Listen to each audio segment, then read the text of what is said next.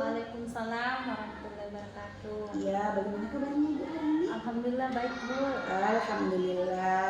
Jadi Bu, hari ini kita akan melakukan percakapan mengenai praobservasi yang isinya adalah pertanyaan-pertanyaan mengenai apa yang akan Ibu lakukan selama observasi di kelas nanti ya Bu ya. Oke. Jadi Bu, mata pelajaran apa yang akan kita ajarkan pada saat observasi nanti? Mata pelajaran PPKN Bu. Oh, PPKN. Kelas 6 Ibu ya? Iya Bu. Oke. Jadi dalam mata pelajaran PPKN ini Bu, pada materinya nanti apa sih tujuan pembelajaran yang akan Ibu capai nanti Bu? Ya, tujuan pembelajaran saya peserta didik mampu memahami bagaimana penerapan nilai-nilai Pancasila dalam kehidupan sehari-hari Bu. Oh, jadi bagaimana peserta didik atau siswa mampu memahami nilai-nilai Pancasila Bu ya? Ya. Kemudian Bu,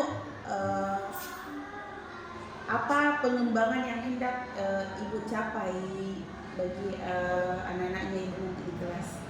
Area pengembangan yang hendak saya capai yaitu saya ingin mengembangkan lingkungan kelas yang memfasilitasi peserta didik agar bagaimana peserta didik saya itu dapat aktif dalam pembelajaran dan bagaimana siswa itu merasa nyaman dan menciptakan suasana kelas yang baik dan menyenangkan. Oh iya Bu, jadi memang sebelum kita mengajar itu kita harus menciptakan dulu suasana kelas yang nyaman sehingga pembelajaran dapat berjalan dengan baik ya Bu ya. Ya bagus ya. Kemudian Bu, strategi apa yang Ibu persiapkan untuk melaksanakan observasi di kelas nanti? Strategi yang akan saya siapkan yaitu saya akan mempersiapkan kondisi kelas dan peserta didik sesuai dengan rencana pembelajaran saya yang ada pada modul saya, dan saya akan menerapkan kolaborasi siswa melalui diskusi kelompok. Oh iya, bagus Bu, bagus. Sudah lumayan terlihat diferensiasi prosesnya Bu ya.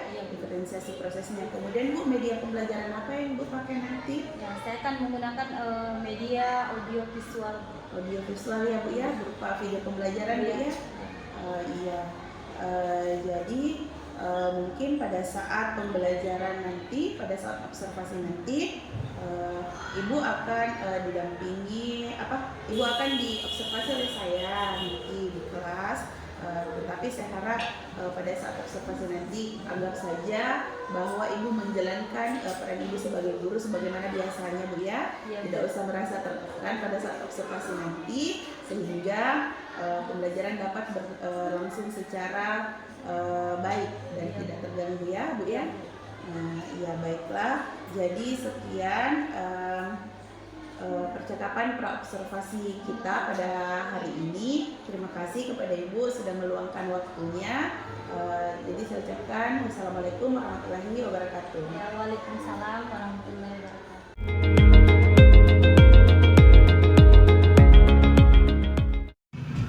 Mari kita membaca doa sebelum membaca doa dimulai.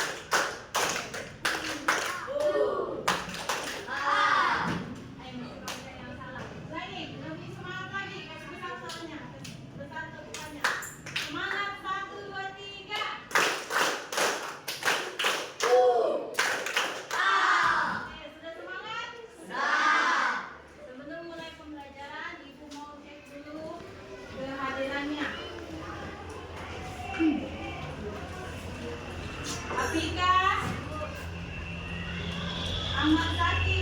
Hadir, Bu. Ainun. Hadir, Bu. Aisyah. Asmi. Hadir, Bu. Aulia. Hadir, Bu. Fadli. Hadir, Bu. Santa. Kenapa ini Santa? Masih sakit. Berapa hari sakit? 3 hari ini. Farah. Nesya. Gali. Hadir, Bu. Ihsan. Renan. Hadir, Bu. Arif. Hadir, Bu. Ridwan. Hadir, Bu. Nopal. Hadir, Bu. Lena. Hadir, Bu. Asmi. Nurul Nasira. Hormati hak orang lain. Tidak membuat orang lain. Tidak Boros dan suka menabung. tidak boleh boros dan harus rajin menabung. Meraih hasil karya yang dibuat orang lain. Ya, kita harus menghargai hasil karya orang. Melaksanakan amanah dan kewajiban Presiden Islam.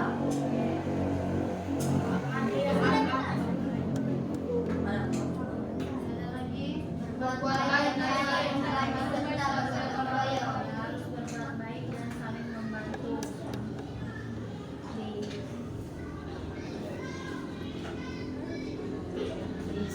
Sudah oke.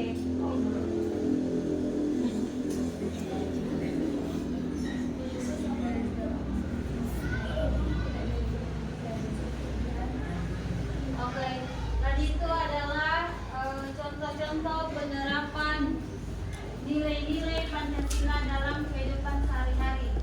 Coba ibu tanya, ibu mau pastikan apakah tadi sudah paham atau belum? Nisa dulu, apa contoh sikap kita dalam menerapkan sila Pancasila yang pertama? Contoh sikapnya seperti apa? Yang tadi ada beberapa contoh yang ditampilkan. Apa salah satunya? Sesuai dengan sila yang pertama, ketuhanan yang Maha Esa. Contohnya apa?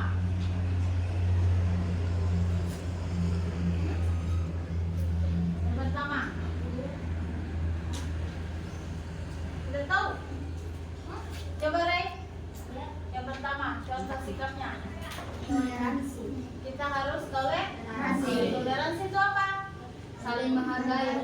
Ya, saling menghargai antar umat beragama. Ya. Kita tidak boleh membeda-bedakan antara agama yang satu dengan agama yang lain karena setiap orang itu punya kepercayaan masing-masing. Jadi kita harus saling menghargai agama mereka. Kemudian apa lagi yang kedua? Apa? Angkat tangan, Nak. Contohnya sesuai dengan ayat Gali apa? Rajin beribadah. Kita harus rajin beribadah. Ya, ini yang penting. Kita sebagai umat muslim, kita harus rajin beribadah karena agama itu adalah fondasi kita. Itu agama sebagai tiang dan fondasi dalam kehidupan kita. Jadi kalau kita tidak rajin beribadah, maka kita akan jauh dari Allah. Jadi agama itu sangat-sangat penting. Kita harus rajin beribadah setiap hari. Jangan bukan hanya sholat, ibadah itu bukan hanya sholat, bukan hanya berpuasa, tapi banyak bersedekah, membantu orang lain, itu semua termasuk dalam ibadah. Kemudian masih ada lagi. Tadi banyak sekali contohnya. Apalagi? Lupa dulu. Apalagi contohnya? Selain toleransi, kita harus rajin beribadah. Apalagi contohnya? Sesuai dengan sila yang pertama. Beribadah sesuai dengan keyakinan masing-masing. Oke, bisa. Kemudian yang kedua, apa sila yang kedua tadi? Kemanusiaan yang adil dan beradab. Bisa sebutkan salah satu contohnya? Aura. Kita harus apa? Misalkan sesuai dengan sila yang kedua.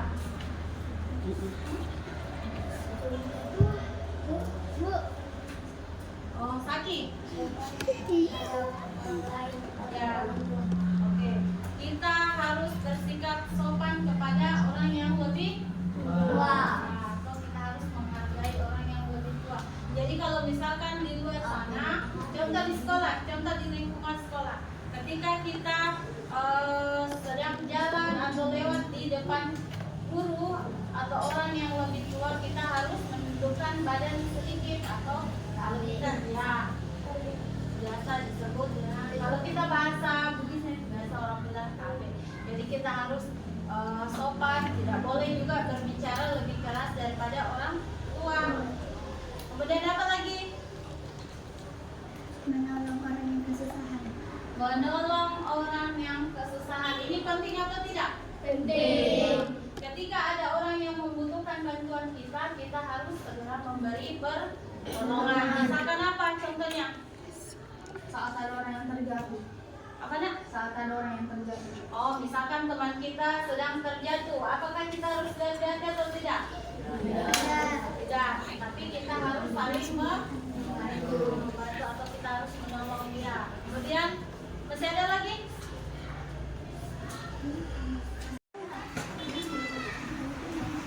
Kami dari Palungka 2. Ingin mempresentasi. Mempresentasikan Mempresent. Nggak, jangan ketawa. Hasil diskusi kelompok kami. hasil des Nggak apa-apa, nah jangan ketawa. kami. Pengambilan Pancasila di lingkungan sekolah. Nomor 1. Musyawarah menentukan pemilihan ketua kelas. 2. Berteman tanpa membedakan suku bangsa manusia.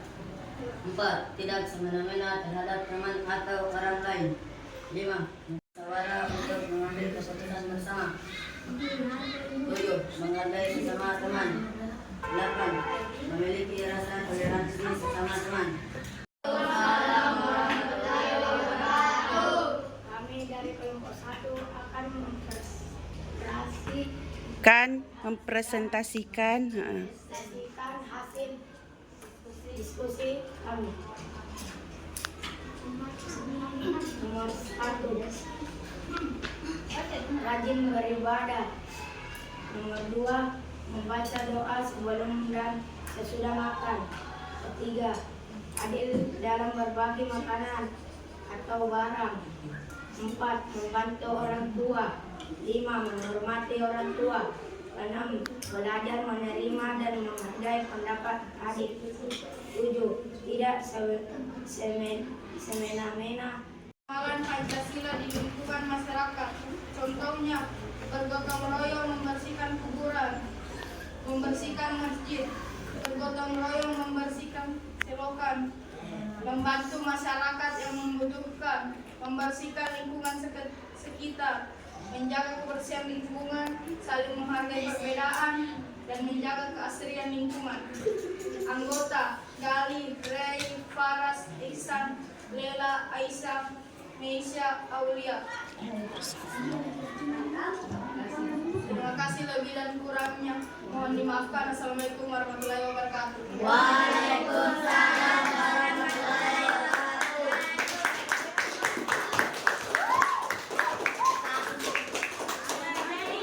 Itu tadi pemaparan dari 3 kelompok mengenai penerapan nilai-nilai Pancasila dalam kehidupan sehari-hari. Oke, Ibu mau refleksi kembali, Ibu mau tanya kembali apakah tadi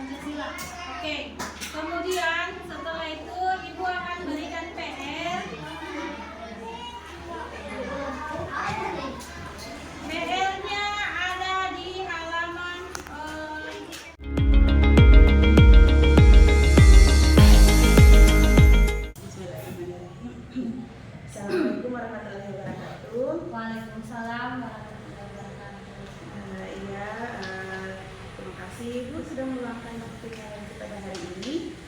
Jadi hari ini kita akan berbincang-bincang, berbincang-bincang saya jadi supaya tidak terlalu tegang seperti itu.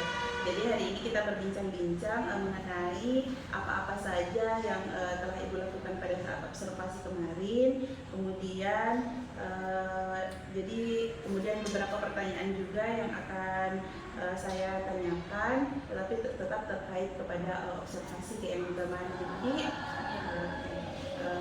mungkin bisa kita langsung ke pertanyaan pertama, Bu. Jadi Bu, bagaimana perasaannya setelah observasi kemarin? Perasaan saya setelah observasi, saya merasa senang karena semua tahapan pembelajaran yang saya lakukan semuanya berjalan dengan baik dan lancar. Ya, nanti ya saya juga pada saat observasi kemarin melihat semua tahapan pembelajarannya itu berjalan dengan lancar. Jadi iya betul. Kemudian Bu bisa mungkin diceritakan area pengembangan yang dilakukan pada saat observasi kemarin? Area pengembangan yang saya lakukan yaitu saya berharap bahwa semua murid yang ada di kelas saya itu dapat terlibat aktif dalam pembelajaran. Oh iya, berarti terlibat aktif dan saya juga pada saat melihat itu memang cukup aktif ya anak-anaknya Ibu. Kemudian Bu, menurutnya Ibu nih sejauh mana area pengembangan yang Ibu capai dalam pembelajaran pada saat observasi kemarin? Ya, selama observasi kemarin, area pengembangan yang saya rasakan semuanya sudah berjalan lancar, mulai dari tahapan pembelajaran semuanya sudah saya lakukan dan berjalan dengan lancar. Kemudian saya melihat bahwa peserta didik saya yang sebelumnya itu pasif atau kurang percaya diri, semuanya nampak mulai aktif mengeluarkan pendapat mereka. Ya, Jadi saya rasa semuanya sudah berjalan dengan baik dan lancar. iya. Pada saat pembelajaran kemarin waktu observasi kemarin itu saya juga melihat mungkin memang masih ada yang malu-malu, tetapi ketika observasi lagi saya lihat sudah mulai menunjukkan perubahan bahwa mereka sudah ingin berpendapat juga seperti itu. Kemudian Bu, kira-kira nih Bu, dalam pembelajaran pada saat observasi kemarin, apa sih yang menurutnya Ibu ini masih kurang pada saat pembelajaran kemarin? Yang menurut saya masih kurang, meskipun siswa saya nampak terlihat aktif dalam pembelajaran, tapi saya merasa bahwa masih ada satu atau dua orang di antara mereka itu yang masih kurang percaya diri, karena saya rasa keaktifan dalam pembelajaran saya itu masih didominasi oleh murid-murid yang itu saja. Jadi saya rasa masih ada satu dua orang yang perlu bimbingan langsung dari saya secara khusus bagaimana supaya dia itu dapat meningkatkan lebih lagi percaya dirinya. Ya Bu, jadi memang seperti yang saya katakan tadi masih ada yang terlihat malu-malu untuk mengungkapkan pendapatnya, kemudian malu-malu untuk naik presentasi seperti itu.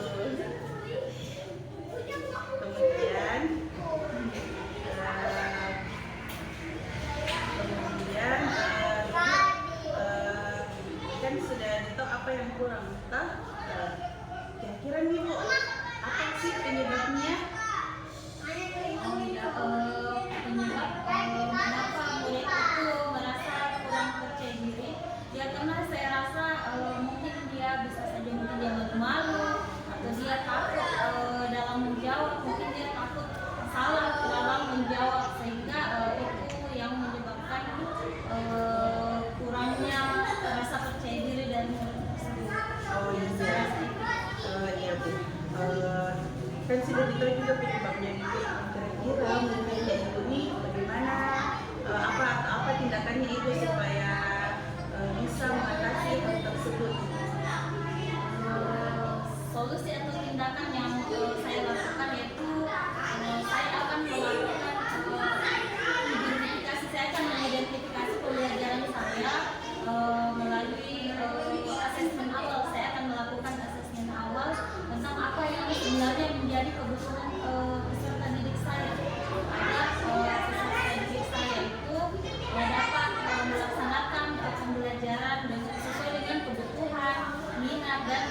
kemampuan mereka. Ya, kemudian saya mungkin akan mencari berbagai referensi melalui internet misalnya tentang bagaimana cara mengajar dengan baik, membangkitkan kearifan murid dalam proses pembelajaran. Iya, oh luar biasa sekali Bu Di rencananya, Iya. rencananya seperti itu dan memang betul bahwa hal-hal yang Ibu sebutkan tadi itu memang dapat lebih memotivasi anak lagi untuk belajar dan mungkin bisa juga saya tambahkan sedikit Bu, mungkin bisa divariasikan media pembelajarannya di iya. Oke, kemudian iya, kemudian kira-kira ini Bu, kapan rencananya Ibu mau lakukan hal yang Ibu katakan tadi? Saya akan melaksanakan di pembelajaran saya yang selanjutnya. Saya akan lebih sering-sering melibatkan peserta didik dalam kegiatan pembelajaran, misalkan melalui diskusi kelompok seperti itu.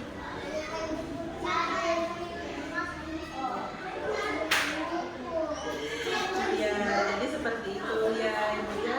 Ya, jadi harapannya Ibu semua bisa prestasi dan dapat dilaksanakan sesegera mungkin dan harapan kita semua juga bahwa pembelajaran Ibu tidak stuck di situ dan bisa berlanjut belajar lagi untuk memberikan yang terbaik kepada anak kita. Terima kasih Bu atas partisipasinya pada hari ini.